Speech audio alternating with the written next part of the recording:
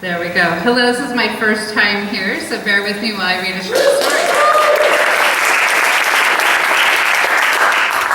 Thank the heavens for a clear summer night, she whispered. It was pleasantly warm after the harsh 100-degree day. The night air was filled with the song of crickets and cicadas, while moths and mosquitoes seemed to be attacking the porch light with vengeance. Helen enjoyed the rhythmic motion of her old rocking chair moving on the old creaky boards. It was always comforting for her to end her day this way. It gave her time to rest her arthritic knees and spend time with her thoughts before heading to bed. Although each day was unique, each night was blissfully the same. This was her ritual time to reflect and to feel gratitude for all the gifts that life had presented to her in this 90 years on Earth.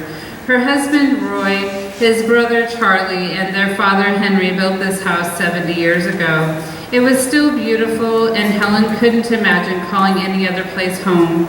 It was a white craftsman-style, two-story house with a large wraparound porch. It was on top of the highest hill in the valley and had a spectacular view. The back of the house faced the west, with a view of the muddy river and the farmers' fields. When you were lucky, you could catch a glimpse of a large bird swooping down to catch its dinner. The front of the house faced the east, overlooking the town where Helen grew up. She and Roy loved sitting on this porch together at night, watching the lights slowly come alive in the sleepy settlement of Stoney Lake. Since their two snugglebugs were fast asleep, this was their favorite time together. They each had their own comfy rocker, and they would sit side by side, holding hands while sipping a cup of hot tea. Occasionally, they would drag out an old card table and play rummy while listening to bluegrass on the radio. Sometimes, just to be nice, Helen would give in and play a game of chess. It was not her favorite game because she was no match for her competitive husband, but ultimately, all that mattered is that they had each other. It was wonderful how they could sit together in silence but still feel the love and companionship the person sitting beside them. Memory of Roy's hand in hers made Helen smile. When she closed her eyes, she could actually feel his palm on top of hers. It was hard to believe he had been gone for 2 years now. He passed away silently in his sleep while laying next to her. She was thankful he was not alone and did not suffer. She often wondered if she would be as lucky when her time comes. Helen loved life and living, but was not afraid of dying. Although she still felt healthy and could still live independently, her time could honestly come at any moment. She stopped rocking and reached down to give Scooter a pat on the head. The silly dog rolled over and exposed his belly. "What? You want a tummy rub?" At the sound of her voice, Scooter's tail swatted back and forth enthusiastically. He was a great companion, and she always joked that a burglar would definitely run away from her house if they encountered Scooter. Not because he was a vicious attack dog, but because the slobbery animal would lick anyone to death. After a blissful tummy rub, Scooter slowly stretched, stood up, and gave Helen one of his gooey licks on her arm. "Dinner time, old boy, let's go get you some food."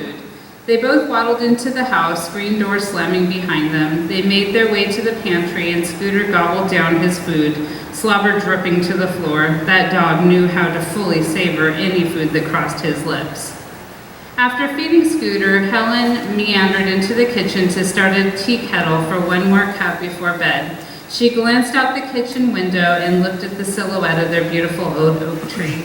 This was the same window where she would watch Susan and Tommy play. The children would spend hours together playing in the treehouse. When she called them for dinner, they would zoom down the slide to get back to Earth. Under the treehouse was a tire swing where Susan would pretend she was on a spaceship, and a sandbox where Tommy would play with his dinosaurs and trucks. The full oak tree provided the perfect shade for her children, but they always came in for dinner dirty, sweaty, and with big smiles on their face. Helen waddled back to the rocker on the front porch with her hot tea. Sitting down with a sigh, she thought how quickly time had passed. Her beautiful children were now middle-aged, with adult children of their own. Helen's heart swelled as she thought about how her 2 great-grandchildren, and there was even a 3rd one due at Christmas. Oh, Roy, I wish you could meet them. They are so lovely. Now it was This new generation who ran around the yard with Scooter chasing them, they would play in that same old tree house, but these children's imagination turned it into pirate ships